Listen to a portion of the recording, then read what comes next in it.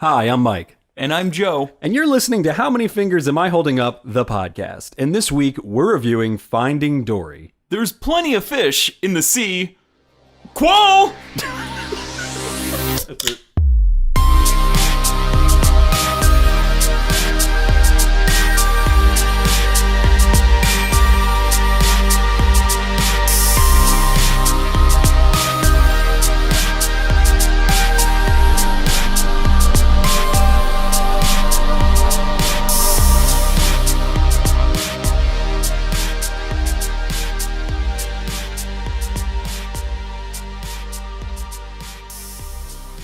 Welcome to How Many Fingers Am I Holding Up? Featuring two guys getting tickled and reviewing movies in a weekly podcast form. And a special shout out goes to the beloved Dan Martin. He put that comment on our Facebook. And, Are you guys taking this seriously? We had getting whole milk from the grocery store before, fingered, tickled. Is this what you really refer to getting drunk as? Tickled is the norm compared to those other two, the latter two that you mentioned. This makes a little more sense. Oh boy. I just feel like you guys are having a laugh at our expense. They are. This podcast is not one big joke. Oh boy. But I am quite literally on fire. He's literally on fire. Help! It's an awkward time to be recording a podcast. We should be seeking medical attention. But we just got back from a Q&A and a screening of Don't Think Twice. Yes. A film directed by Mike Birbiglia. What a nice guy. Who else is in it? Gillian Jacobs. The two people that were there were Mike Birbiglia, Gillian Jacobs, and Chris Gethard. Three people. Well, he had two people joining him. And after the film played, Mike and I I could probably touch the three of them with my shoe. Yeah, we were that close, just sitting right in front of them.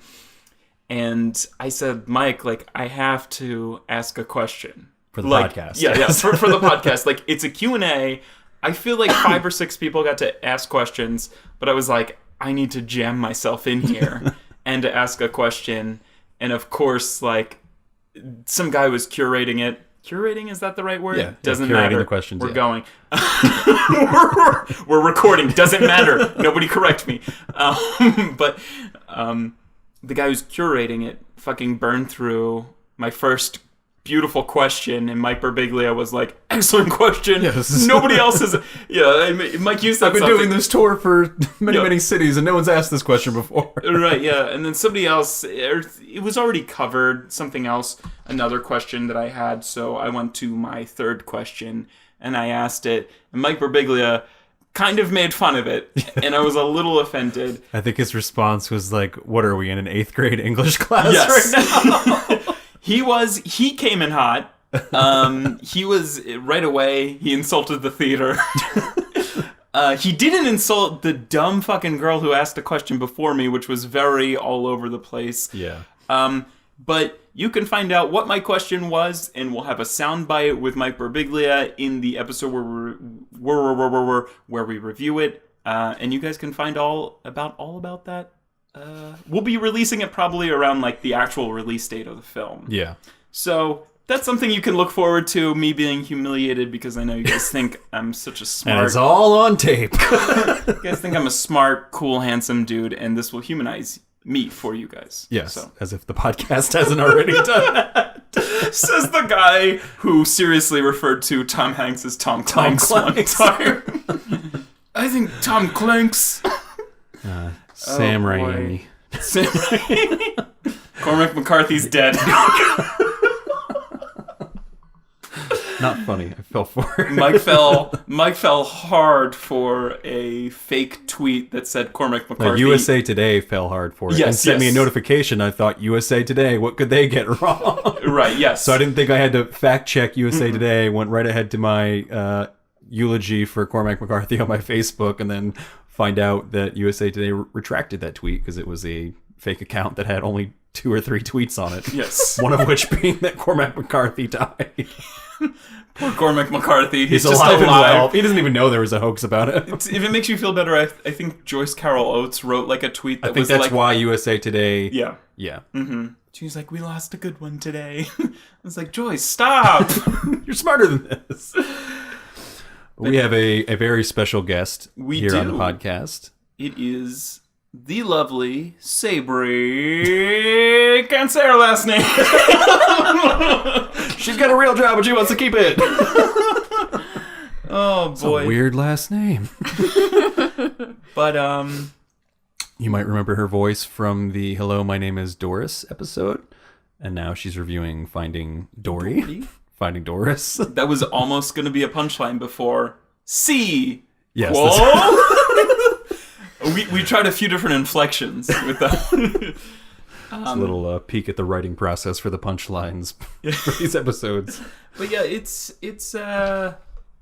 beyond midnight on a Wednesday. Tuesday. On a Well, now it's now it's Wednesday. Wednesday. Oh, yeah. It is Wednesday, my dudes. Oh, nobody that listens to this podcast probably watches Vine. I love that one. But if you are on Vine, Right. Uncle Pongo and Yes, Joseph Lamas. But literally, Sabrie was going to be asleep during this episode, but then she got a then we came home. and she got a text saying that she We're didn't recording. got a text saying that she didn't have to come into work till later, and I said, I know we're about to record in 5 minutes, but would you like to come on this episode? So she's here. She doesn't have her post-it note this time of notes. So No. But I did drink 3 Smirnoff Ices. yes. So. Sabrie's 3 Which is ice also deep. a prerequisite. Her new rap name. 3 ice deep. Those Smirnoff ices were courtesy of Planted here during the party that was held here during the Nice Guys episode. yeah. We got iced. We did. Our friends Ken and Boar really like icing people. They hid about 12 or 13 around my house, and I was finding them for the next 2 days. So now we have a refrigerator full of Smirnoff Ice. Refrigerator. All right. So this week we'll be drinking Muddy Creek Lager from Defiant Brewing Company. We've been drinking it for a little bit now already. Yeah. Because I got it in a growler, and that's too difficult to pour while recording. Yeah. But I went to the actual brewing company this past weekend. Got some dank ass barbecue there. Woo! Oh my gosh, it was so good. Really cool brewery that they've got going over there. And I thought, why not fill my growler on the cheap since we're doing the podcast? So I found something that wasn't an IPA. This is their flagship beer, I believe. I appreciate the thought. Muddy Creek Lager. I think it's pretty good. It's a good I like it. standard craft lager. What's it like I'm into after it. drinking Smirnoff Ice? Yeah, how does that? How How does that wash the palate of cleanse the palate of Smirnoff Ice? Let's just say it's much better. There's like a grapefruit Smirnoff Ice, and there's like The original. It's like a kind of like cum color. yeah. I think we all wanted to say it, but Seminal fluid. God, Yeah. like icing someone's expensive. You've got to buy like Yeah, you can just we buy were like just talking one about that. Smirnoff. You got to buy a 6-pack yeah, of whatever flavor and they're you're like getting. $12 or something. So they bought at least 2 6-packs. Yeah. Yes, there's 2 different flavors Yeah. you guys have been iced with. Possibly more. Yeah. Probably more. This Probably. is between a $20 and $30 prank. Of Yeah, them. and we have didn't to even ask. like do Was it. it worth it? Oh, 100%. Yes. For them, yes. What could you have done with those $20 or $30? Was so pleased. We still have the Mountain Dew in the Yes, refrigerator. they also Mountain Dew brought and Mountain Dew and Doritos, Doritos yes. for another. That was just another joke. That cost money. They heard that Jordan, who didn't even show up at the party, liked Call of Duty. Therefore, they bought and brought Mountain Dew and Doritos. They're good party guests. They are. They're jokesters. But the IMDb description. Guess we're jumping right in. Well, that's next on the list of what we usually do. But oh man, I'm looking at this for the first time. The friendly but forgettable blue tang fish. Forgetful, not forgettable. Forgettable. I mean, I think she's forgettable. The friendly but forgettable blue tangfish begins a search for her long-lost parents, and everyone learns a few things about the real meaning of family along the way. Okay, Disney. Do they though? This is, I guess. this is a really Disney-fied description. Yeah. Um, Yeah, that's like the back of the DVD shit for Disney. Yeah. Or Disney Pixar, rather. right. Pixar wouldn't have this shit, but they were bought by Disney. Yeah. Yeah.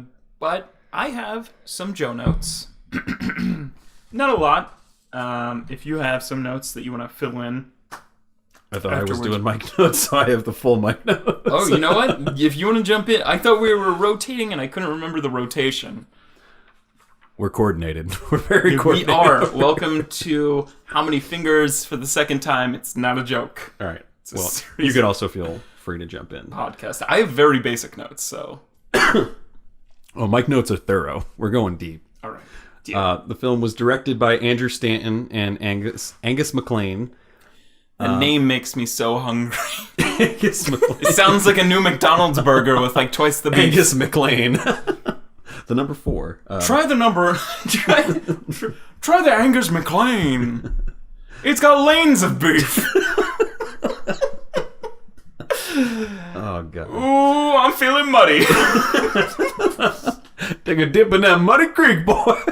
I think Sabrie was on our level last time. No, she's 3 ice deep. She just looks annoyed. Her face betrays her. Oh, God. But it was written by Andrew Stanton and Victoria Strauss with contributions from Bob Peterson and Angus MacLean. Sounds delicious. Andrew Stanton was a former animator, previously wrote and directed A Bug's Life, Finding Nemo, Wall-E, and John Carter. And he previously wrote... Yeah.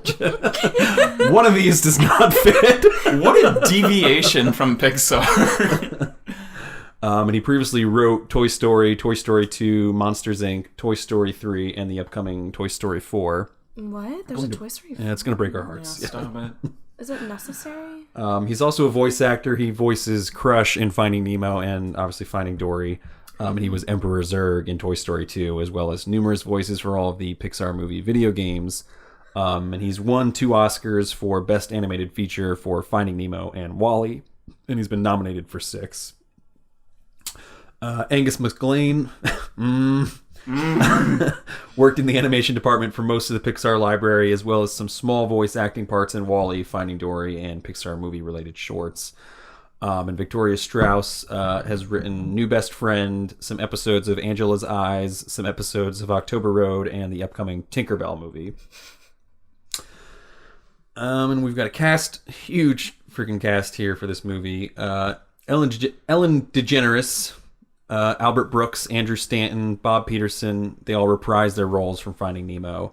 And now they're also joined by Ed O'Neill, Ty Burrell from Modern Family, Caitlin Olsen from It's Always Sunny, Diane Keaton, Eugene Levy, Idris Elba, Detective Jimmy McNulty, or Dominic West, both from The Wire. Every time there's somebody from The Wire, we have to like giggle for 5 minutes. We have to be like, Yeah, Jimmy McNulty and Stringer Bell. Kate McKinnon, Bill Hader, Sigourney Weaver, John Ratzenberger, and Alexander Gould, who was the voice of Nemo in the original, but he has since hit puberty. and that's Oh like, no! yeah, that's the I kid knew his from voice Weeds. was different. Yeah, Yeah. he had to be replaced by Hayden Rowlands. And Alexander was in this movie, though, playing Passenger Carl. I'm not entirely sure who that was, though, in this movie. I'm Passenger Carl. Although now it's like, I'm Passenger Carl. I hit puberty. Mom, stop smoking weed. Stop selling weed and having sex with the drug dealers. Mom, I killed somebody with a croquet mallet. I'm sorry. Oh, God. As of June 26, 2016, Finding Dory has grossed $286.3 million in North America and $111.9 million in other territories for a worldwide total of $398.2 million against a budget of $200 million. So they're making some money. It had a worldwide opening of $185.7 million, which is the third biggest of all time for an animated film behind Zootopia and Ice Age: Dawn of the Dinosaurs. Oh my god. And an IMAX global opening of $6.4 million. I can't believe Ice Age movies are still making money. Yeah, that's what we were saying. When like we saw the preview for like another Ice Age movie. Space Age, Ice It's like, Age. what They're making money. First one was okay. Yeah, that's when I it didn't think we needed another. Yeah. There was only one Ice Age. How many have there been? Like 10? I think that was the third or fourth. It's the been new one going coming on out is the third or fourth. Yeah. For I'm good. too long of a time. Eons. I remember... Oh, man, I wouldn't say this if I was not drunk. But I remember my one friend was trying to... Like, this is how young I was. It was some sort of weird fraction of my sexual awakening sort of Ice Age. No, but this is when LimeWire was out, and my one friend... Oh god, Ray Romano's voice. No, this is when... Why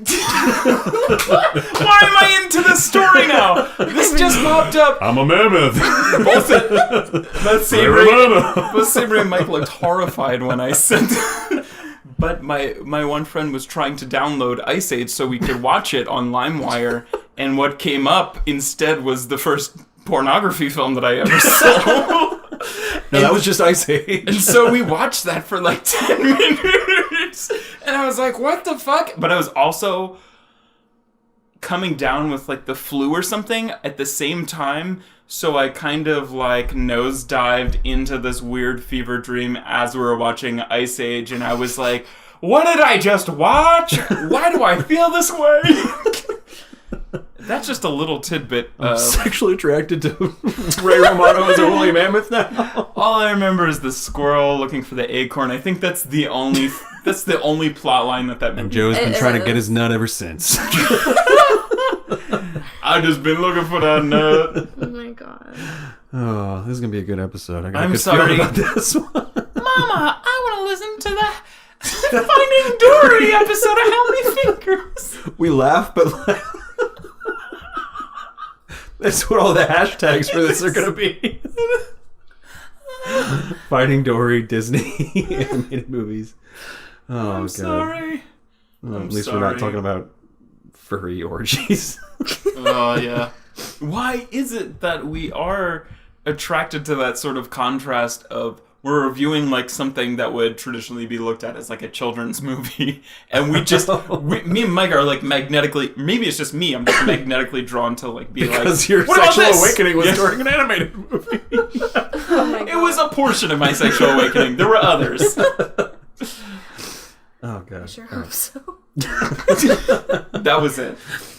It was a weird Sabri's babysitting like, that explains premise. a lot. No, I'm just kidding. Explains the tusks. I'm sorry. Dressed as a squirrel.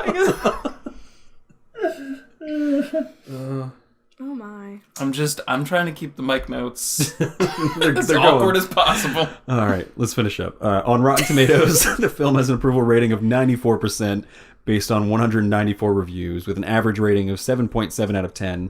The site's critical consensus reads, funny, poignant, and thought-provoking, Finding Dory delivers a beautifully animated adventure that adds another entertaining chapter to its predecessor's classic story. And so ends the mic notes. I had one thing that you didn't cover. I think Angus McLean. Come on down to McDonald's for an Angus McLean. Ba-da-ba-ba-ba. I'm Angus McLean. He played the voice of a sunfish during this film. What the hell is a sunfish? I don't know. I'm Googling. And so ends Joe Notes. That was. Guess the rest I is told up to me. My notes were very basic. Oh, he's this guy. He's just like this flappy looking guy. I had to. Oh, yeah, the one. Sure. Yeah. Watch where you're going! A lot of Yeah. their animators do voices. I Yeah. found that out through. I don't know if that's Wikipedia. because it's cheaper or they. I mean, I guess if you have an interest in animation, you also have an interest in voice acting, maybe from having to make your own. coming cartoons. But I'd also like to talk broadly about this You film. want to talk about some broads? I think I don't know if this will. I think this will be like the next episode, but it is funny that probably for you too, and I mean for our viewers and for general America, back to back, I saw Independence Day and Finding Dory, or Independence Day Resurgence, yes, and Finding Dory, and Independence Day Resurgence was the sequel to Independence Day, which was 20 years ago. It was made. Mm-hmm. And 96, yeah. I was kind of like looking at you like, 20 years, is that right? And like every time I hear that, I'm like, 20 years? It's a long time. Yeah, it was a really long time ago.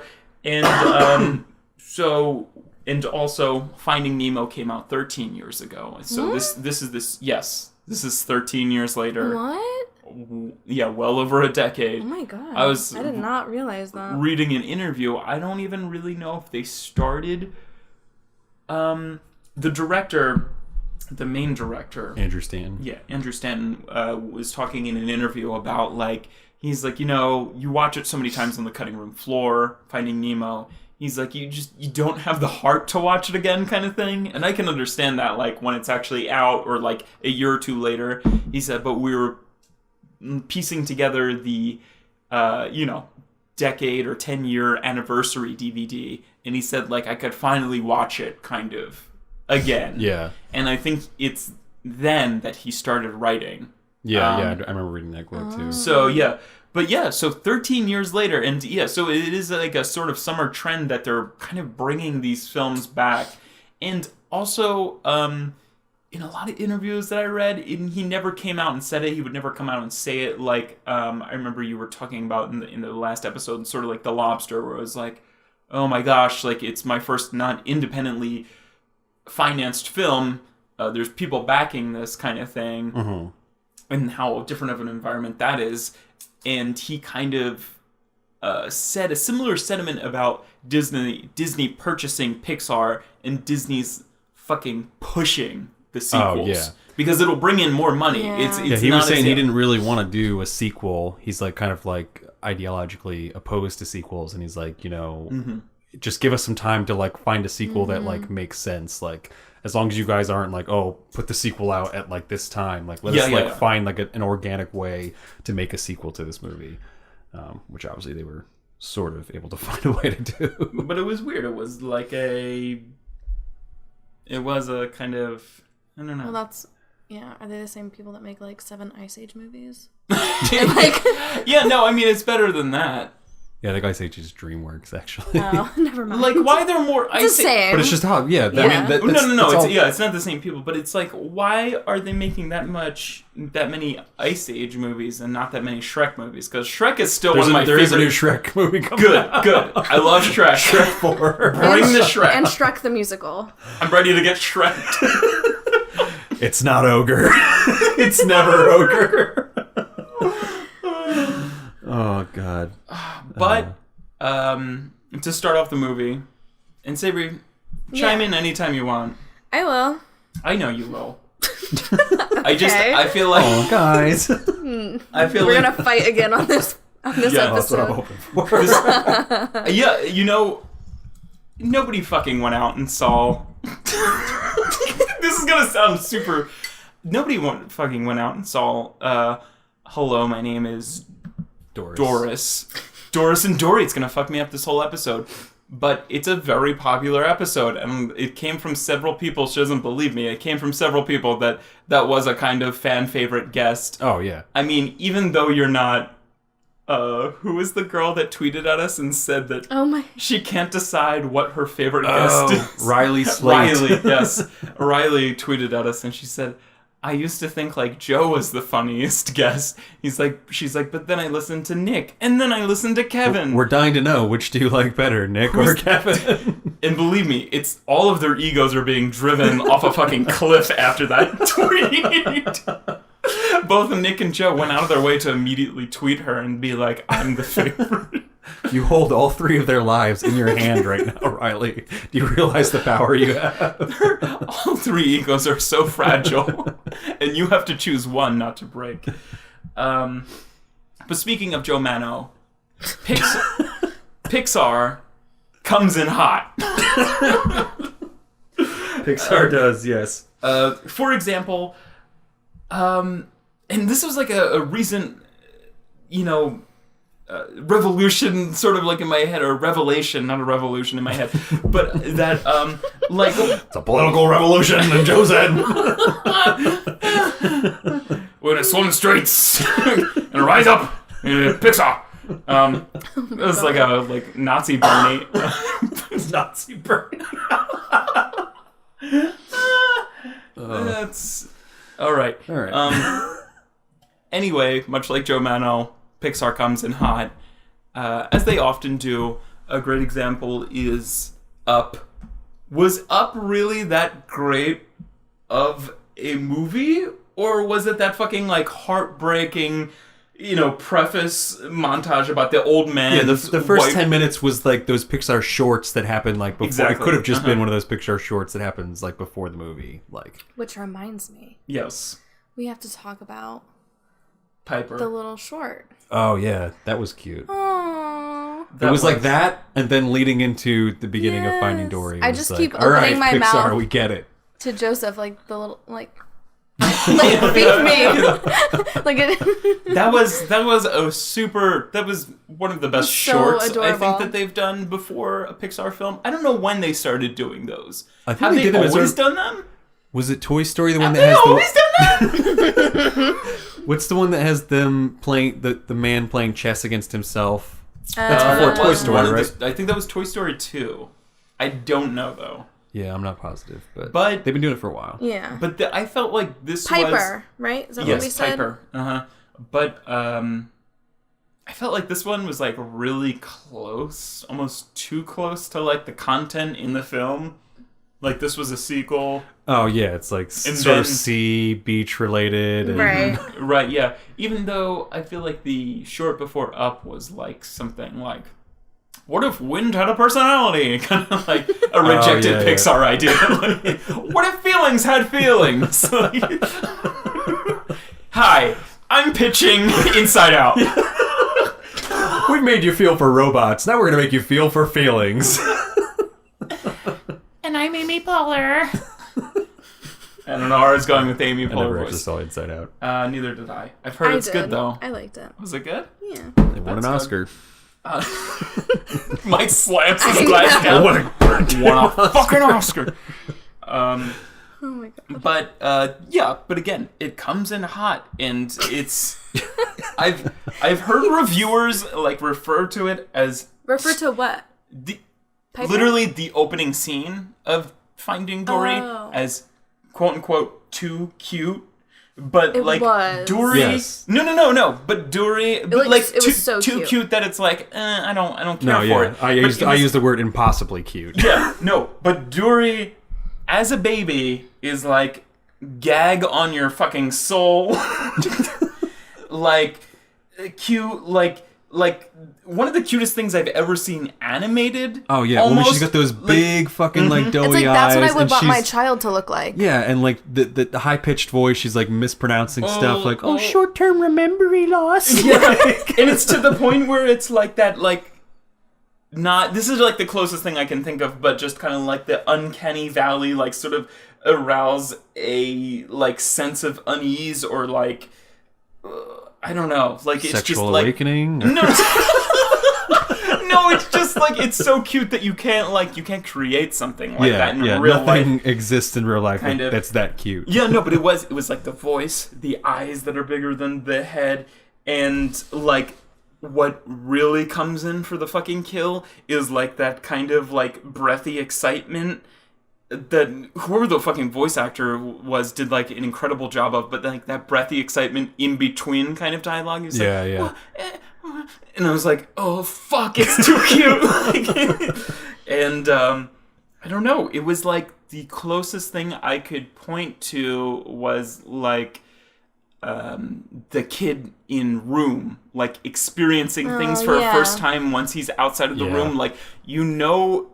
You almost abandon the thought in the back of your head that's oh, this isn't real. You're almost you're trying to It's basically the way that BuzzFeed functions at all times. Right, yeah. Clickbait for the heart. Yeah, but that was my whole... But it was true. literally, they came in very high. Yeah. Yeah, and then they break your heart immediately when Dory is swept away by the undertow, never to see her parents again, and then slowly begins to forget about them and eventually forgets them altogether. But that wasn't even that was a little later in the film that happens. I feel like that she's swept away in the undertow, isn't it? Or that's like That's a memory what that she has happens later No, it does actually sort of happen. Yeah. in the beginning. Yeah. I thought she was just wandering around. Well, No, that's why she's wandering around. Is 'cause she's around. I mean, but the film is. I mean, there's like flashbacks and they happen Right. like so. What are you looking at behind me? I was looking out the There window. was something No, there. no, It scared yeah. me. But they happened. I forgot what I was saying. But what Anyway. it's like a disjointed sort of memory where I don't think that comes out to the end. It's Well, no, a because- fucking like children's but like you, like- Christopher Nolan's like Memento Mori or Memento like that's like what it was to me. Sort of. But you know, you still kind of know that happened. They do know that because they have the song about the undertow, undertow, yeah. like don't go by the undertow, and then she does swim out and gets Right. swept away. I swear to God, they have that in the beginning. Yeah. I thought They do come back to it in more detail later. Right. right. Okay, where she's looking And they at fill in the gaps because it's Well- kind of like this whole montage of her being taught stuff by her parents.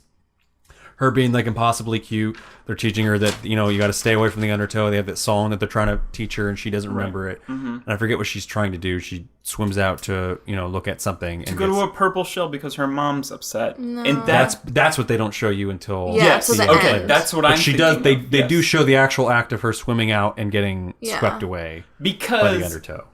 Yes. Okay.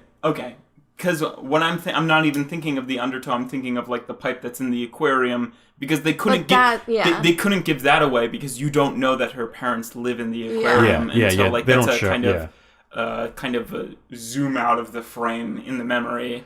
But Either way, the either way, other they thing break is- our hearts. yes, but the other thing is that for the first 30 seconds, much like kind of when I heard this film was announced and literally up until I saw this film, I was just kind of like, do we need this? Kind of like Did thing. anyone ask for this? Yeah, exactly. Because Did you see there was all those like picture like meme things on Facebook where it was like, oh, like little kid, like don't bring your little kids to see like Finding Nemo. Because like, we waited I've been 13 waiting years 13 for this, years yeah. to see this. Like, was anyone really waiting for a No. Finding Nemo sequel? Like, was anyone like, oh, that story was left unfinished. I needed No. to know what happened with these characters later. Yes, It was yeah. a good movie. It was fine. We didn't need another. But like, I could have like still lived yeah. without it. well, that's it's kind of like if it was a live action movie, there would be more like, why are you bringing this back kind of thing. Yeah. You know?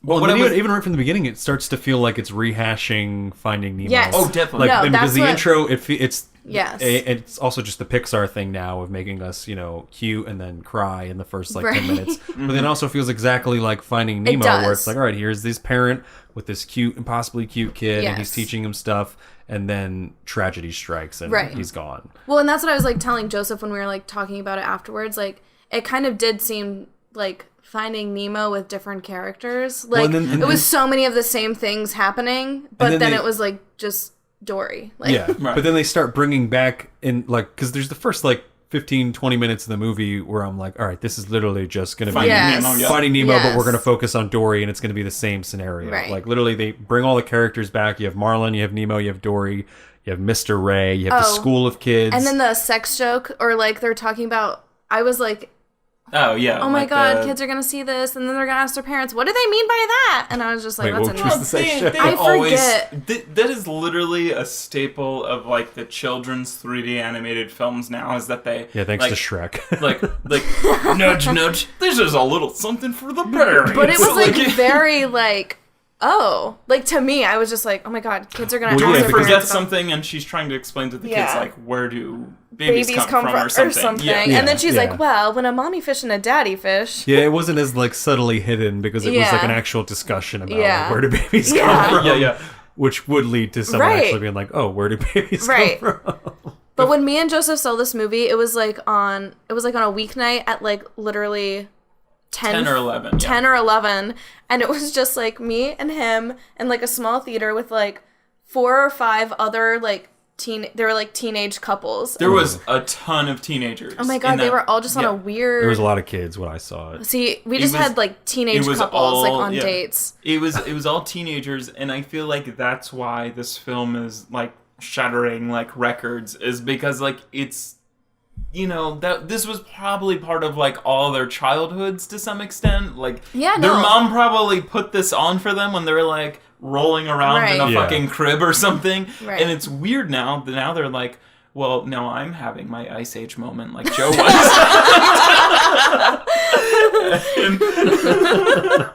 Now I'm sexually attracted to sunfish. Thanks, Angus. Just trying to give you the beef. Trying to give you that number 4. Just trying to get you to meet, baby. Oh my God. But before we depart too much from it, and here's the thing, I guess, again with Up, is that they come in hot and they make you like it doesn't even the rest of the film doesn't even matter. They're so good at provoking just emotions on cue, kind of, without you having any sort of prior knowledge. Like if that wasn't Dory, who the fuck cares, kind of like thing, you know? Like I don't think of like, oh, it's baby Ellen DeGeneres, weird, like kind of thing. Yeah. It's a baby fish, and that's all I need to know. It's just kind of like when they had that in between voice of like her trying to be like a teenager, kind of. It's a tween. Right. And then they awkwardly transition to like, hi, I'm Ellen DeGeneres, kind of like, and it's just kind of like, it wasn't seamless, kind of, you know, like it was like too. They're very good at those intros, and again, I think it also plays over into how they're very good at just those shorts that play. Mm-hmm. Yes, like exactly. Pixar plays very well in like not that they don't play entirely well in the long format, but the short format works very well for them. Exactly. I've been rewatching. I'm crying already. That's it. I've been rewatching Mad Men lately, so I'm struck with the quote where Dr. Faye Miller is like, you know, you only like the beginnings of things. Like, yes. That's kind of how I feel about Pixar sometimes. Is that like, oh, you like that? Yeah, like they're very good at like these introductions to characters, really getting you invested, and then it's like, okay, well, what do we do with all this? Like it's almost like a separate film, the first 10 minutes of a Pixar film compared to the rest of it. But they do, I mean, the first, I feel like 30, 40 minutes is just another it's just, we're rehashing, we're kind of doing the same thing. It's Nemo is just kind of like, why do we gotta leave? Like, you know, this, like, you travel so you don't have to travel again, kind of. No, Marlin says that, not Nemo. I'm fucking them up. They're both clownfish. Give me a break. Where's my son? But like, I'm just gonna refer to him as Albert Brooks now. So Albert Brooks says, "Is anybody else like kind of like also the one thing that would take me out of it every now and again is when they had a close up of what is." Marlin? Yeah, of Marlin's face, and it would remind me of that, like, that meme, like... Where's my son? Yeah. And it looks like a human face just, like, kind of being pressed out of, like, like an orange kind of material, and it's, like, weird. It's not a fish face. Yeah, no, it's not a fish face. Yeah, like, they can't have the eyes too far apart on, like, a fish face in an animated movie, because then it doesn't look like a human at all. It's super humanized. It's hyper-humanized. Oh, that's funny. But yeah, it is kind of like, we gotta go find this, and like, oh. And then it's literally like, oh, like I know a guy, and then you see Crush and Squirt again, and that's where like I was like, okay, like show me something new in this movie that we didn't see in Finding Nemo already. Oh, they're in the current. And they're like, oh, now you're gonna get out of the current. Sick. Yeah. Like, okay, we heard it's that. Literally just like all jokes that we heard in the first one before, and the contrast between those characters, and just the fact that they're going all the way across the ocean again. Yeah, did we need that detail really, that they live I mean, what did they go that into detail of like good thing we found Nemo. Let's go back to this place very far away from California now. Well, they're going back to their anemone. That's their home. Yeah, I mean, I guess with the species, they have to be, like, factually correct, kind of. Well, I'm just saying, like, if you're going to travel, if you're going to go rescue somebody and travel, are you going to stay in that place or are you going to go back to your house? Right. You're going to go back to your house. Yeah. Although they went, I don't know, where do they actually live? Because they go to Australia in the first one, but they go to California in this one. I'm actually not sure where they live. They live on a reef. Yeah. So it's not like they're going to the same place, but they take the same turtle route for some reason. And then what really annoyed me was just because I felt like this was like Deus Ex Machina in the first one, but because it's weird, kind of, that like, and in this one I really enjoyed it, and I think like we're all like, oh, we can laugh at these nuances of like inside the sort of aquarium kind of thing, because it's like, it's human stuff, kind of like, but Nemo is essentially taken by a human, and Dory is also just taken by a human. Yeah. There's so many things that can go wrong in the sea, and like it's just every time they have to go find somebody, they're taken by a human. Yeah, but like then, it's really an untouched like world, the ocean, kind of. I don't know. But then in this one, it was like, well, in the first one, it was kind of like, oh, like humans are kind of bad, like they mistreat animals, like, you know, they were just fishing and took the animal, they keep them in these small and aquariums. Dentist office, yeah, the kids are like banging on the glass. But in this one, like every human is like a good person.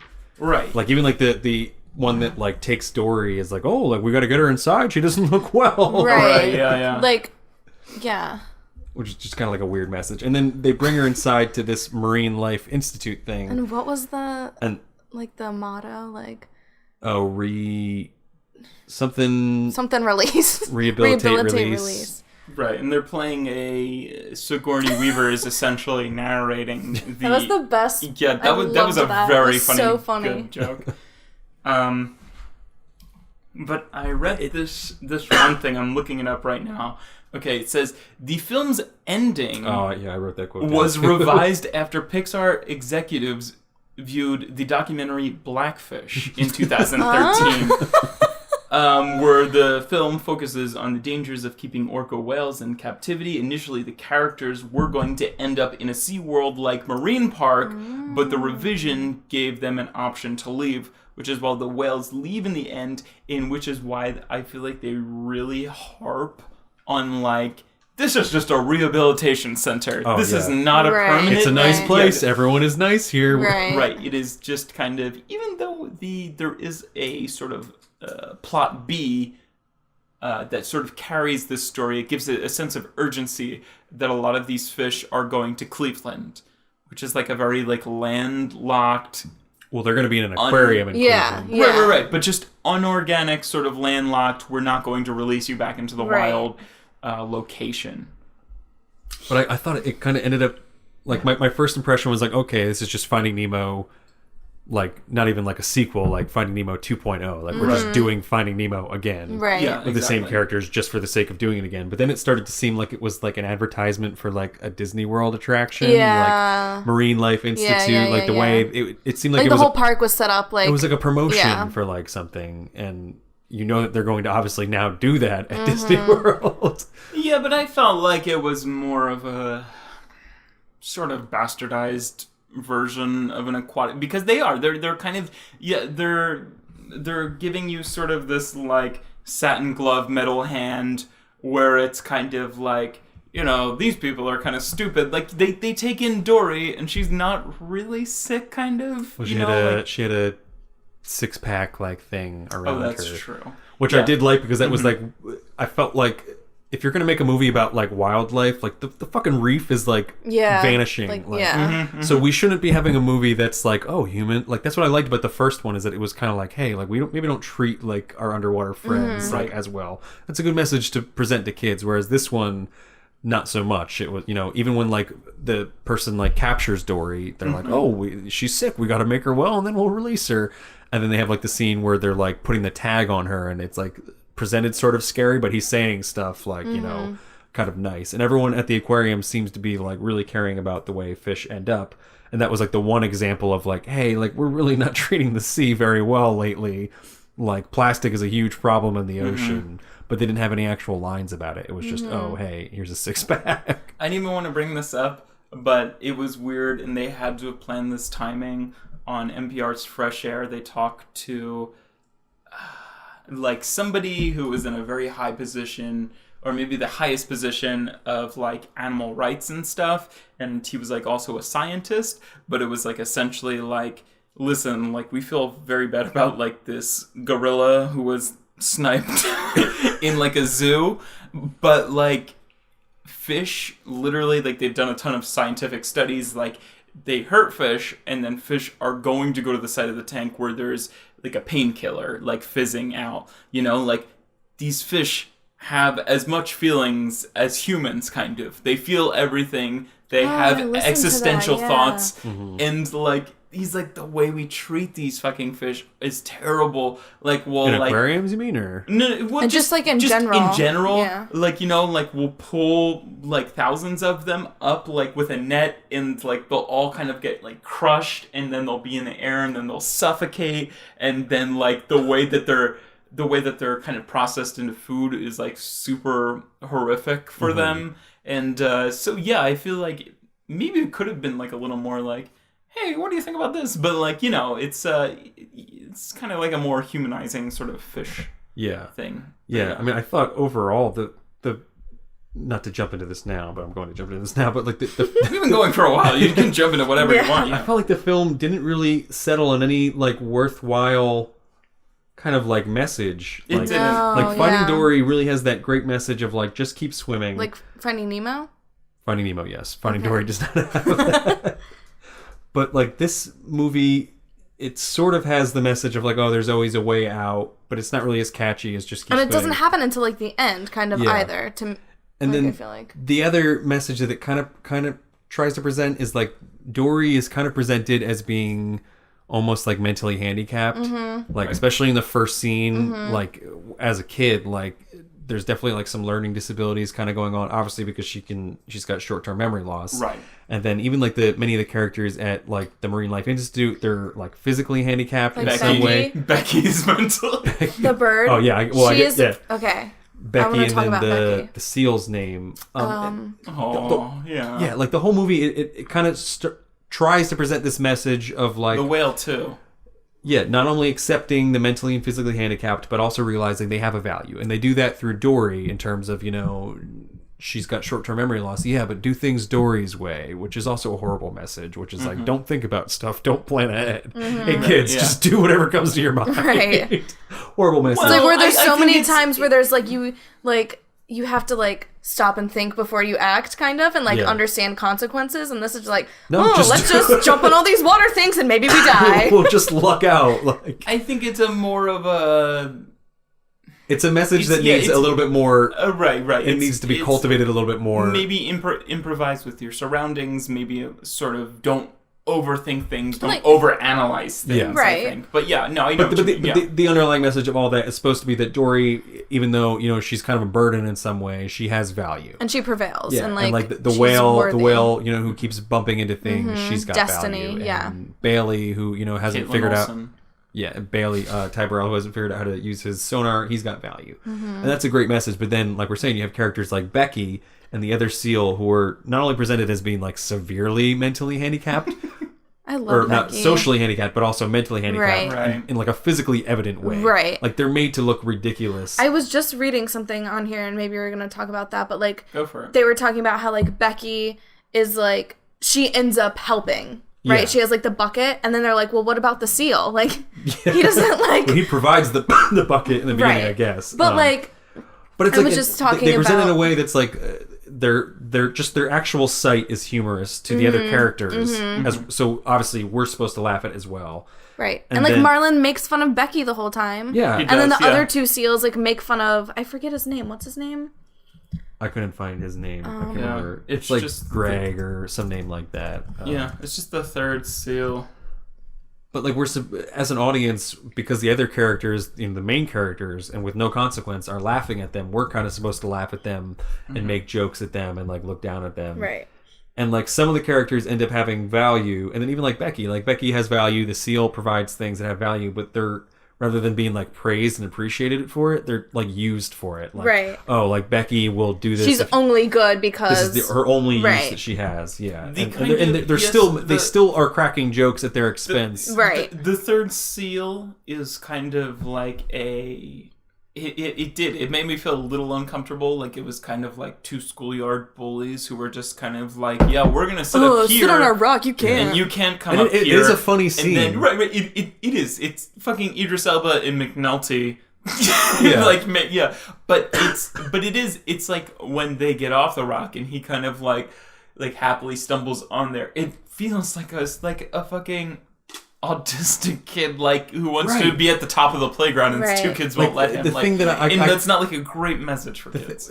It's like if you were going to do that in another animated movie that didn't have a message of like there are people that are different, that are mentally handicapped or physically handicapped or socially handicapped in some way, and they still have value, you would have to do them in two different movies. You can't do them in the same movie. Right. You can't have a movie whose message is that and then have those characters and sort of try to like half-ass like have the message that they have value, but then still make fun of them in a way that like we as the audience are laughing. Right. Like we should be mad at the people in the movie that are making fun of them and laughing at them, but we're not. We're on their side. If we were watching that movie and it was like real people or like animated people, would we still be laughing the same way? That's the last note I have for this is just picture the characters as humans. Yeah. Is that still a funny scene? Right. It's Not. horrifying that they're humans. It's really not. It's like I laughed at that scene because just on the surface it's a funny scene in terms of the two seal characters, get off. And he is visually accents. the accents and just the way that everything's presented, and they are visually funny characters, Becky and the other seal. Right. But yeah, when you like really start to think about it, and then when the message of the movie starts to set in, you're like, wait, we've been making fun of these other characters that are like so handicapped that even though other animals in this movie can talk, they can't verbalize their thoughts at all. Right.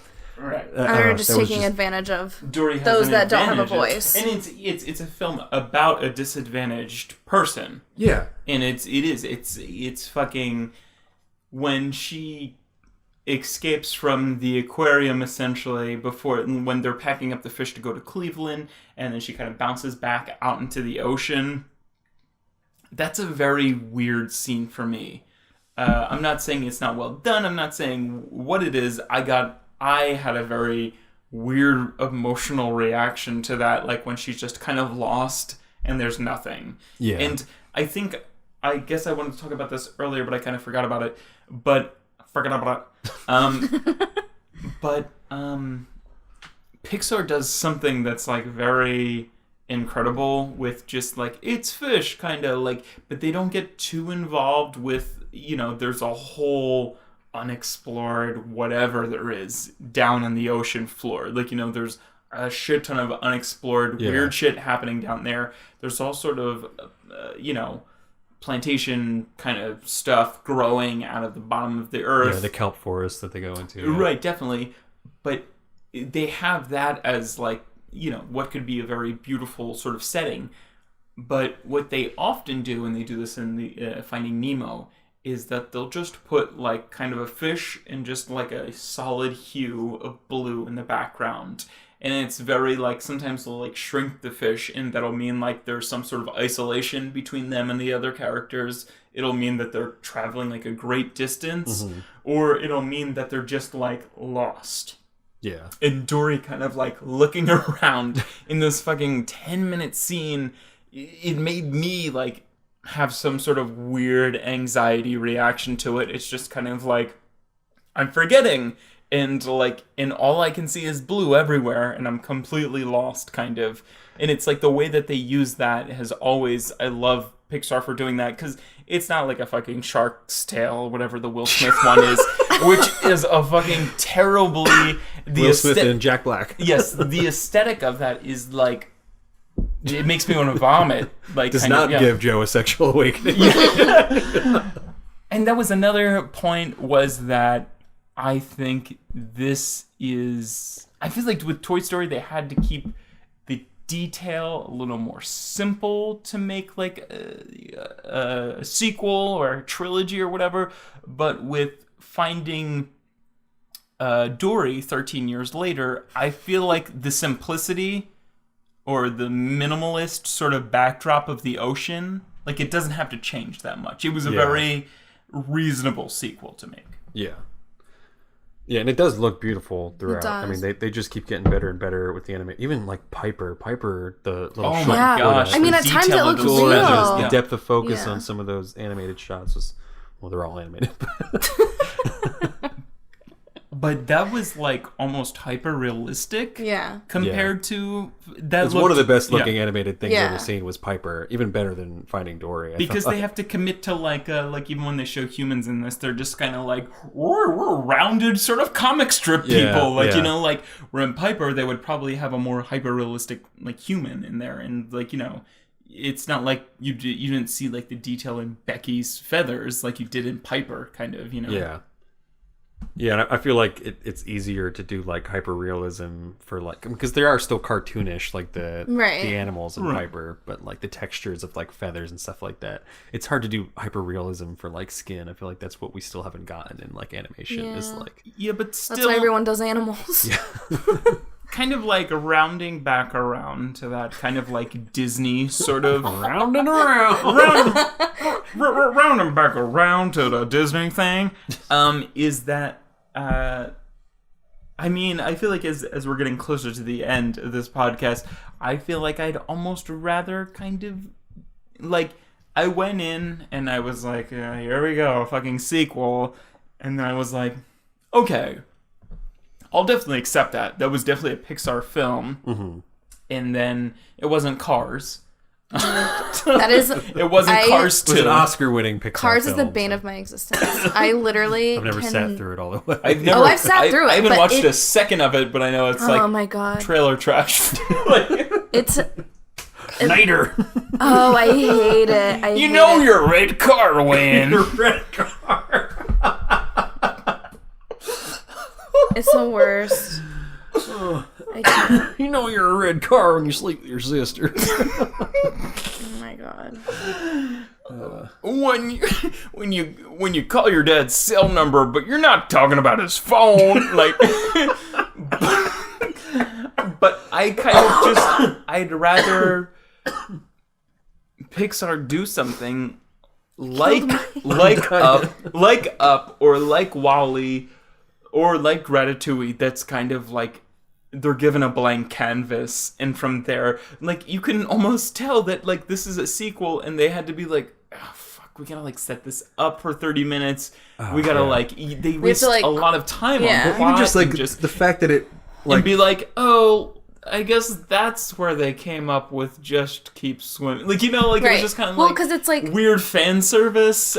Because it is a sequel, but at the same time, like, they wanted to be able to kind of stand alone for, like, kids now, you know? So, like, but still. But still, annoying. Kids wouldn't be like, no, just keep swimming scene was like, when Dory was like, that's where I know that from. I was like, shut up. Yeah.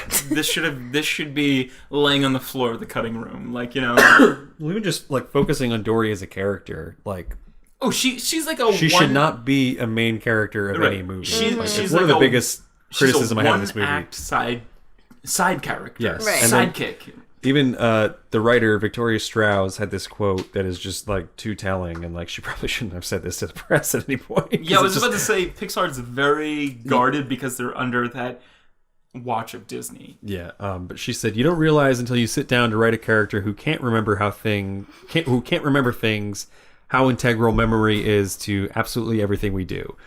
And that's what creates a narrative that people can follow. When a main character can't self-reflect and can't tell a story, that character is very difficult to design because she can't really lead. Yeah. To get her to be able to lead and to get an audience to be able to trust her was the hardest thing to do. That's not something you shouldn't say if you didn't actually like achieve those things. Right. Like, it's one thing to say, oh, it was really hard to do this, but we pulled it off. But you didn't pull that off in this movie. That's what the movie suffers from. The director said something about, like, he didn't actually use this analogy, but it's a fucking tango to write your protagonist as a character who forgets everything every few minutes. Like, yeah, sure, it works as a Christopher Nolan, like, independent film. Yeah. But, like, it doesn't work for a children's movie. It was like, when she's like, I just remember my parents, we gotta go, and it was kind of it was like really bothering me. Like, I was like, I can't, like, take this plot. Like, this is, like I think it works so for... annoying right now. I think it works for kids, but, like, I think for, like, the older audience, like, most of my complaints with, like, plot holes in the story have to do with why would she remember that and not this? Yeah. And, like, she'll remember stuff when it's convenient for the story, and she'll forget stuff when it's convenient for the story. And then even, like, the whole, like, the triggers for, like, the flashback she would have. So, like, they have, like, the first, like, 10-minute sequence, and they establish her parents, and they sort of establish that she gets whisked away in the undertow. Right. And then they have these kind of, like, triggers where, like, someone will say, like, a random sentence. Like, I can't even think of an example. Like, some random sentence, and it'll be a perfect trigger to something that was from these memories that she has of her childhood. And it was, like, it was too convenient. It seemed, like, cheap and, like, constructed.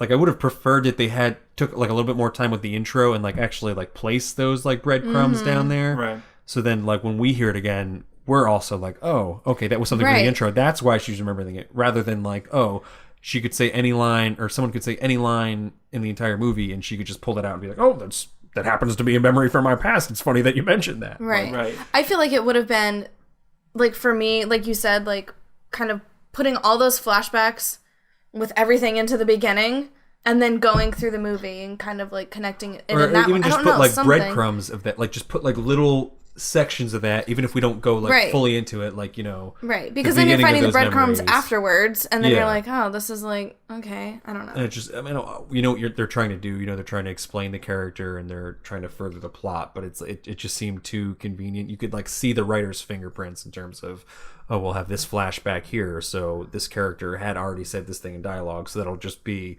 That's where we'll start this, memory, and we'll create a whole dialogue out of that. But breadcrumbs or seashells? Seashells, yeah. But I don't know. It ends up making the flashback seem like Deus Ex Machina or Deus Ex. How do we create a whole story out of a side character? Exactly. But now, I feel like we've kind of gone through, like, the plot or whatever. I'd love to talk about some of the characters. Oh, yeah, definitely. I really... At first, I was like... And, like, I saw him, like, in the trailer, but the Hank character, the octopus, or the septopus, played by Ed O'Neill. It's a fucking Modern Family reunion. I'm glad they didn't have those two characters in the same room at the same time kind of thing. Oh my god, yeah. But, you see the scene where he's, like, trying to escape kind of from wherever he's being held in that one room. The quarantine. And then, and then he flips on, like, the garbage disposal switch, and he's like, whoa, whoa, whoa, whoa. And I was kind of like, in the trailer, I was kind of like, all right. Yeah. But, like, he was a very sort of animated character, and I loved when he's, like, in the baby stroller, or he's kind of disguising himself, or at the end he's driving, like, a fucking box truck, and it's really funny, and it's like, it's the most kind of entertaining character to watch, and I ended up really liking him. He was one of my favorite parts, and I really like his, like, progression as a character. Definitely. Yeah, but it's he's kind of a douche at first. It's like a cliche, like, character at this point, like the heartless, denigrating character who's got, like, a single goal, and he doesn't want to, everyone else is just baggage. He doesn't want to care about anyone, and then through the journey to get that goal, grows on him. Yeah, and then and it's been done many times before, but I think Ed O'Neill, is a perfect choice for this. Mm-hmm. Yes. Also turns out to be a fantastic voice actor. Yeah. He is. Yeah, that really the surprised animation me. really it creates a very complete character. So I that's my thing, is that, like, I in the first, like, 20-30 minutes of the movie, I was really not into it. I was like, oh, we're just doing Finding Nemo again. The more they started to introduce some of these new characters, they're really good at the beginnings and, like, introducing new characters and new things. I don't know why they didn't do more of just a completely new movie with this. But all the new characters, I thought, were really good in this. Like, I really liked Destiny and Bailey. I thought Caitlin Olsen, or Sweet D, as Destiny, is actually, again, a pretty decent voice actor, you wouldn't think. It's it's interesting to see her not being, like, a piece of shit like she is on Sunny. Yeah. And then I really liked Ty Burrell as well as Bailey in that role. Like they're very good voice actors. You wouldn't guess it to look at them, but they did a good job. Yeah, and I'm glad, because Ed O'Neill does. I'm sorry, I'm going to bring it back to him, but he does sort of expand beyond that kind of like he's more than that like, hey, look, kid, kind of like thing, like that kind of like talking down to Manny like he does like on Modern Family. He shows like a very wide range of emotion in this film. That plays beyond just like that. But yeah, the Idris Elba and Dominic West as the two seals. McNulty and Stringer Bell. Stringer T. Holy shit! I didn't even realize that. Yeah, that's. That's really funny. I knew it was Idris Elba. I didn't recognize Dominic West because I'm so used to hearing his American accent. I didn't realize either of that. I haven't fully gotten used to his fucking Idris Elba is having the time of the animated his year life. of life. He is. He was in Jungle Book, right? Yeah. Jungle Book and Zootopia. Oh my god. He's just Zootopia and this Jungle Book probably not. Well, that's not fully animated, but those two will definitely be up for Best Animated Feature, vying for the Oscar this year. You better believe Idris Elba is going to be at the Oscars, and he's going to be like, I didn't have a single moment of screen time. You should have nominated me last year, fuckers. Yeah, you should have put me in Child Soldier or whatever that was called. Shanda loves him.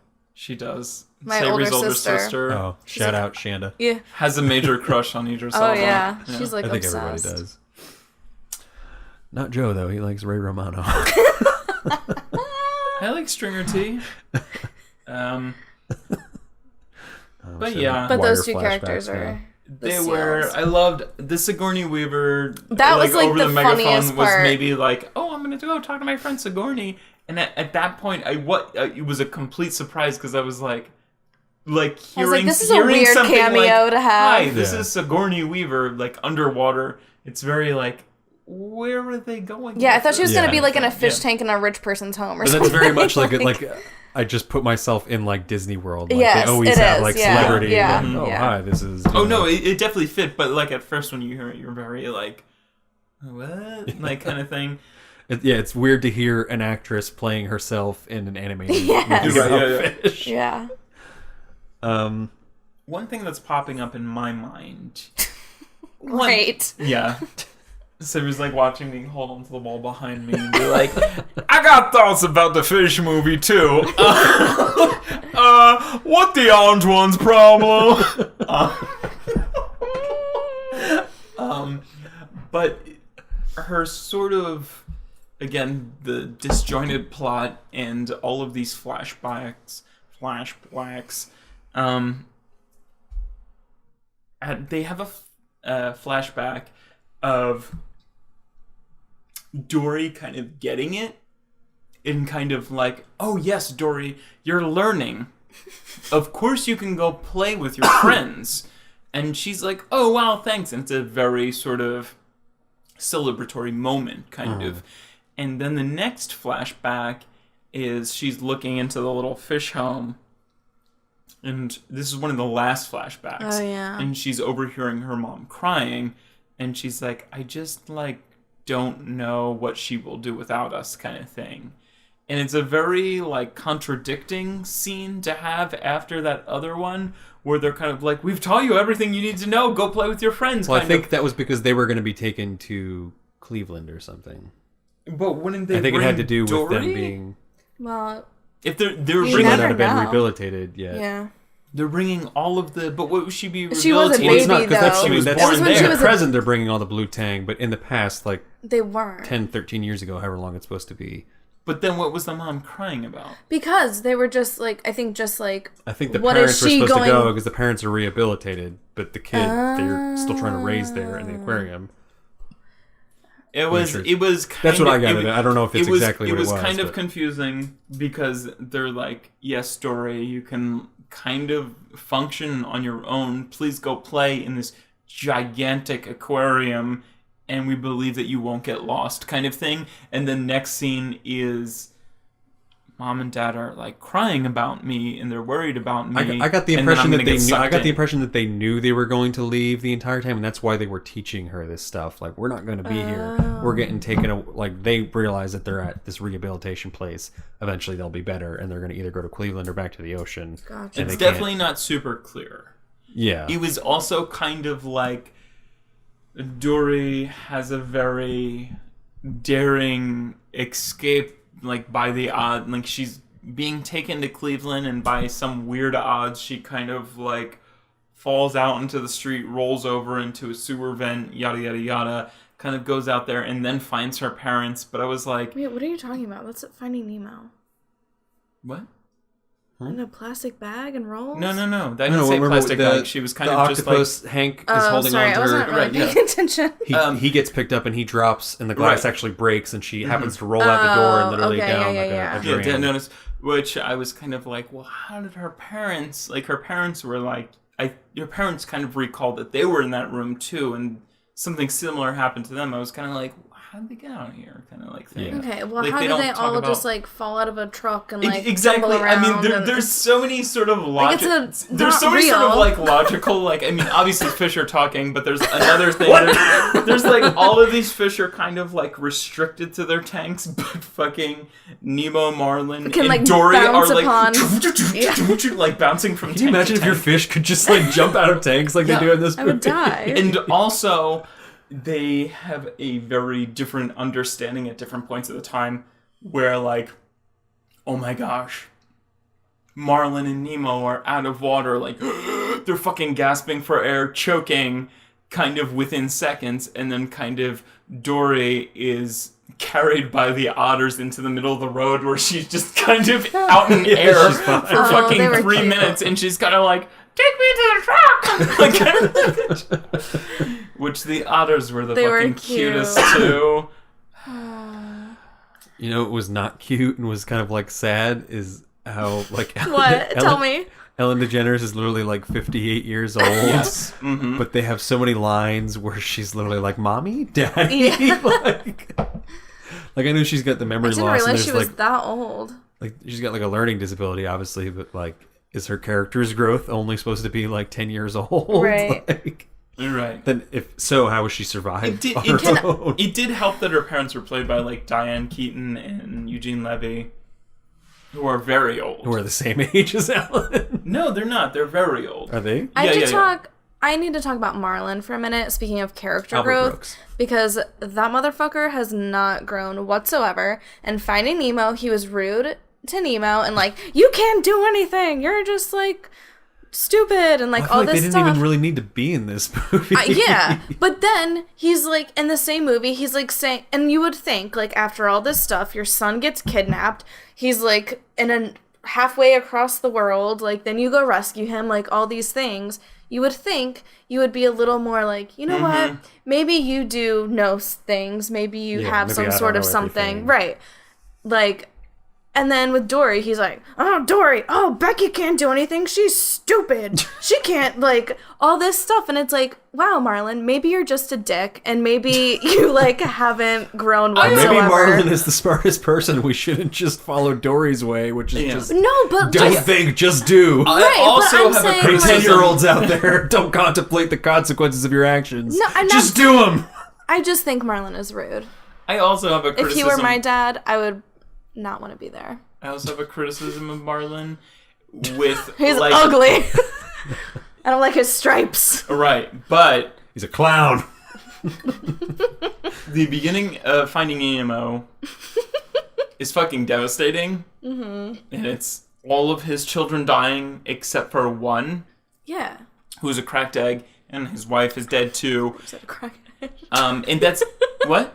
I you said a crackhead, but you said cracked egg. But anyway, and no, that's, Nemo does weed, not crack.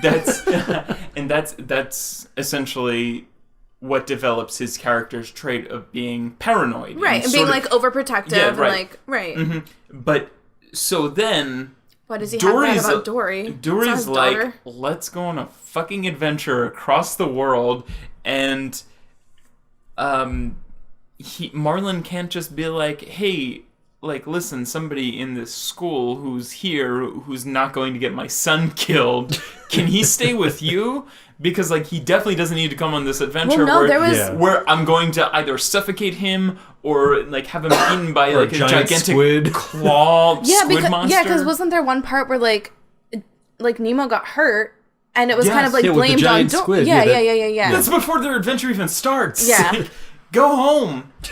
Yeah. Like leave your get kid a babysitter. At home. Yes, let's keep exactly. going. Right. Mm-hmm. I mean, I guess he feels indebted if I'm thinking too deeply, which the writers probably didn't Or, like, even. to Dory. He feels indebted to Dory because Dory helped him find and Nemo. was a major, pusher in helping him find his I feel son. like she wouldn't expect, like, you're so indebted to me that your child needs to think come Dory along thinks on this. that. Yeah. She doesn't realize. Yeah.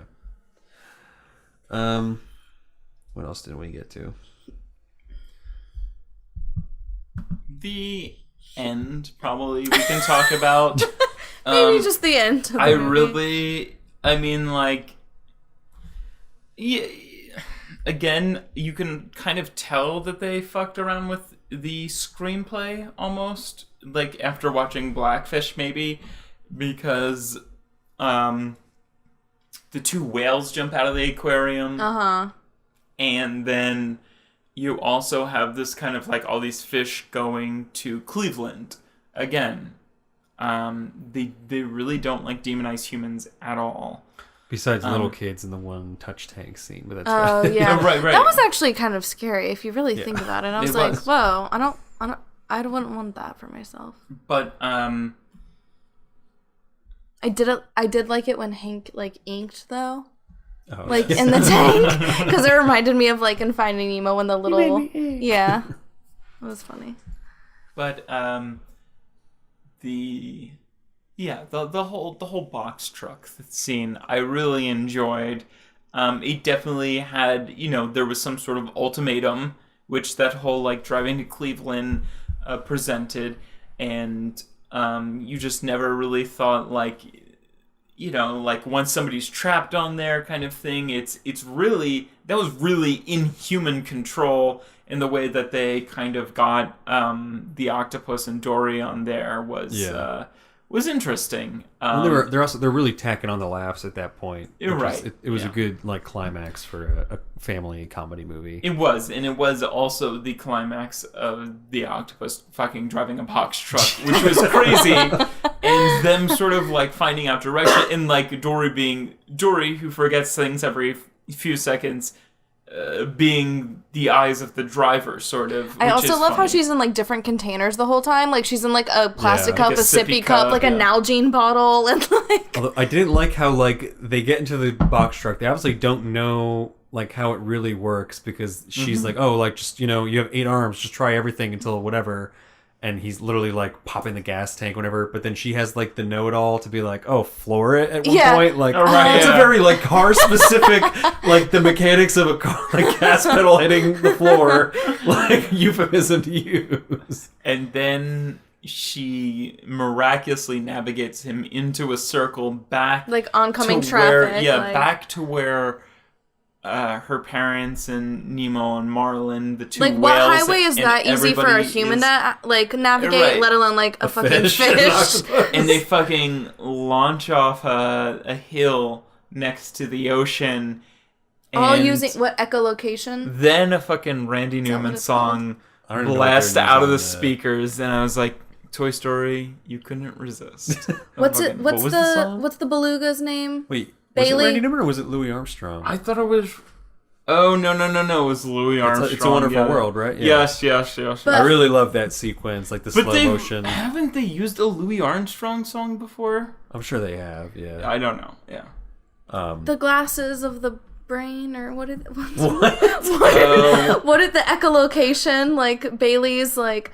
Oh, it's the best glasses in the world for your ears. Or, the one quote they, like, say. Or... there was a lot of weird little plot holes surrounding that. Like, there's the one point where they're in the stroller, and there's 2 signs pointing in 2 opposite directions. One's, like, to the quarantine, and one's to, like, the glasses, the... Yeah. Or the best eyeglasses in the world. I don't know what they say. And they go one way, and then they end up at the quarantine... But then it happens to be right next to, or maybe they went. No, it's the touch. open sea, Yeah. open sea, and the eyeglasses of the world. They're pointing in two separate directions. They go to the open ocean one, but then when they're in there, they see a sign, and literally right in the open Right. ocean section is the eyeglasses of the world thing, like in the same building, even though the signs were pointing Right. in different directions. It was also Like, kind of like Dory says the thing about octopuses having 3 hearts. Yeah, and then there's like, oh, I do have 3 hearts. I'm you did, like, and then, not the yeah, Grinch. and Or... then you see like sort of an informational, like educational sort of poster on the wall about octopuses having 3 hearts, and he's like, oh, I guess you do know. But as a viewer, you're like, how the fuck does she know that kind of thing? Because... because she grew up there. Yeah. She That's grew how up she in knew the tank. the eyeglasses Yeah. and the Okay, the best right. glasses like- in the world. She because learned yeah. it. Maybe that's why she's a little more humanized, and she knows Lots of like phrases like, Oh, you know, floor it. That's Yeah. because Yes. you're always flooring it in You're an not aquarium. a fucking idiot, Victoria Strauss. I would love Dory to drive me around. Oh. But you guys want to show some fingers? What? Oh, yeah. Do you have any more? Do you have any more points? I just to got really thrown off. I forgot that we were about to throw some fingers around. throw some fingers. So I'm ready to throw them. But I don't want to go first. I'll It's go not my first. role. It's not my place. I think overall the film is a tough sell for me with Dory's character in the lead role, and I think the other recurring characters kind of fail to deliver any new laughs. But I think the film does introduce some fun and lovable new characters. But as we kind of harped on before, the message of the film is contradicted by the film itself to a disturbing degree, and in such a way that it makes you feel bad about all the silly characters that you laughed at, which is not really a great feeling for an animated movie. And I think in that way it kind of fails as a kids movie, because kids are the viewers who won't realize like that Dory is, you know, in the same category as Becky and the other seal, and that if you wouldn't laugh at somebody like Dory for her affliction, then you shouldn't laugh at somebody like Becky or the other seal. But that being said, I think it does have a lot of genuine laughs. I was genuinely laughing out loud for most of the film. But I think outside of the failed message, there is definitely a heart there in Dory's search for her parents and in their enduring love for her. But with that in mind, I think I'll give it 3 out of 5 fingers overall. All right. I'll go next. Just to sort of tack onto that, somebody asked me somebody asked me to explain or like say what I thought about this movie, and I definitely said It was probably me. it picks up. Well, no, somebody who didn't see it, and it was after I saw it. You talk to other people? Yes, Who is she? I do. Is it Ray Romano? It is. She's my Ice Age, and I'm ready to be extinct. Oh my god. Doesn't even really make sense. But it was my mom.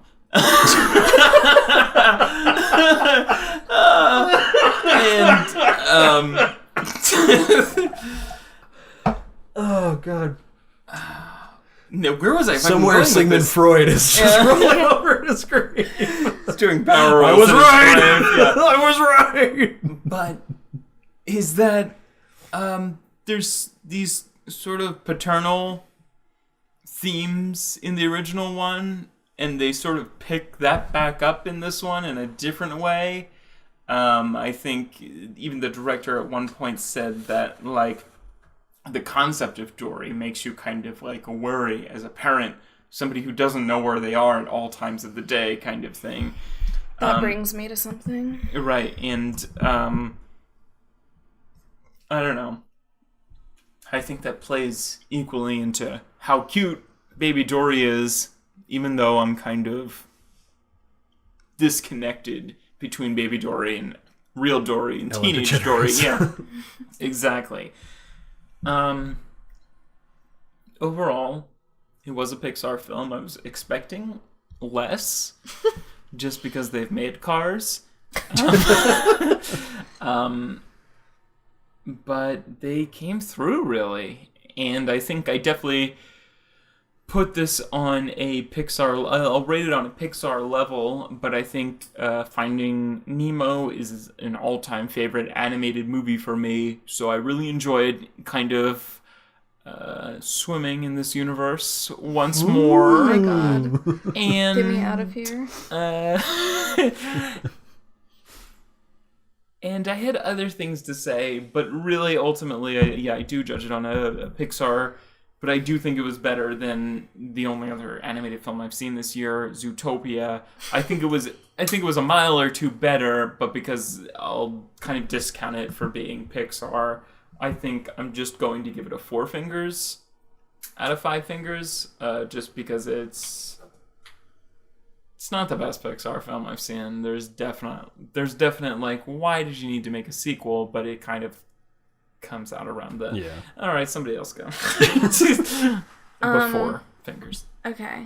So what I was going to say, like while you were talking about like paternal instincts and stuff, there was like this article kind of, or like something on Facebook like going around like, oh, if you're like a foster parent or adoptive parent, like see this movie before you go with kids, because like it's basically about this kid like losing her parents, and then in the end like it's a happy ending, like finding her parents, where like a lot of kids that maybe are in that situation like don't have that ending, or so it was like this whole like that thing. Is kind of But I don't know, it's just kind of like point. Wasn't there also something about like there was a lesbian couple in this movie? Yeah, that was like some weird buzz that I would always. No, that's what I'm saying. Knows, so like I remember like being like people were like protesting this film because they're like, there's lesbians in it. Ellen DeGeneres. No, but there was like this. Did you not protest it the first movie? No. But there was like this, like I remember, like there probably like some weird clickbait thing, but there was like this picture of like 2 like cartoon people like holding hands like by an aquarium, and it was like, oh, the first like lesbian couple in Pixar films, right? But then, not to my knowledge, and I guess you guys don't remember, I did not see anything they're like actual that. human people, just in like a split-second scene in the aquarium. Holding hands. Extras, essentially. Right.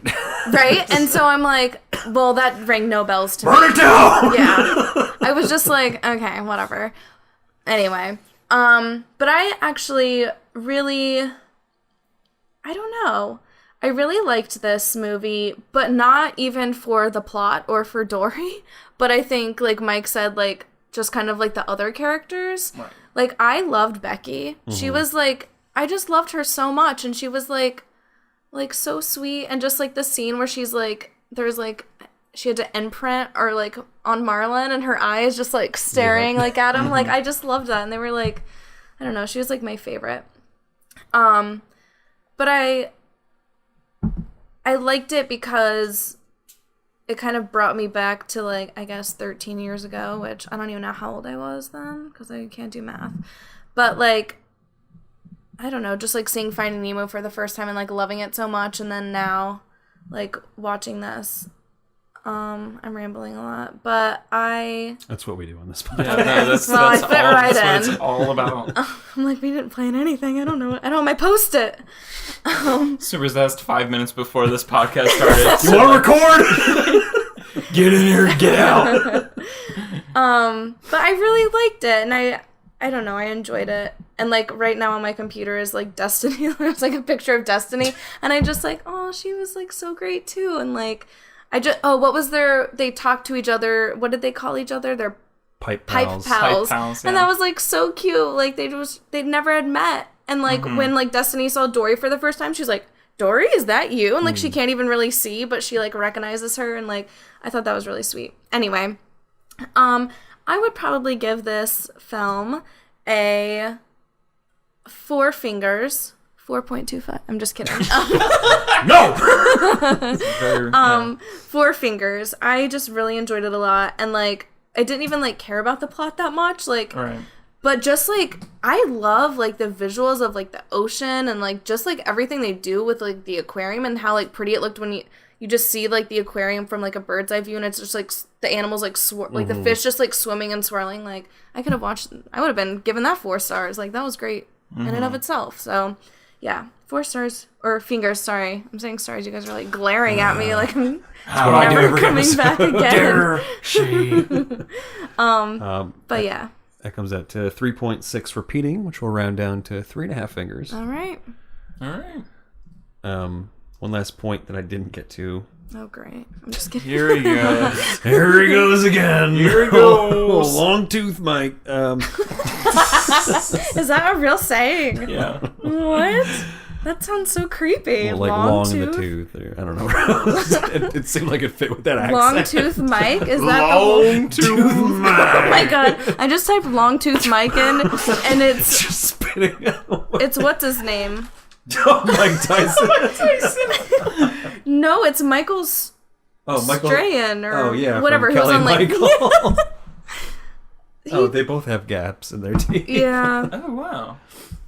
I never put that together. I just kind of glared over, kind of stood up and looked diagonally down. I feel like it should have been called Finding Dory's Parents instead of Finding Dory. Yeah. But she was like finding herself in the sense that she was like, oh, I remember stuff. But again, it's like, you're just calling it that because it's a sequel. Like, yeah. It just didn't seem to totally. It should have been like Finding Nemo. But again, it was Finding like, Dory. somebody's been captured by the humans. We better go find... I'm kind of still the protagonist. Marlin? Not really. Dory was We're the in it, protagonist, yeah. I hate Marlon. Yo, shots fired.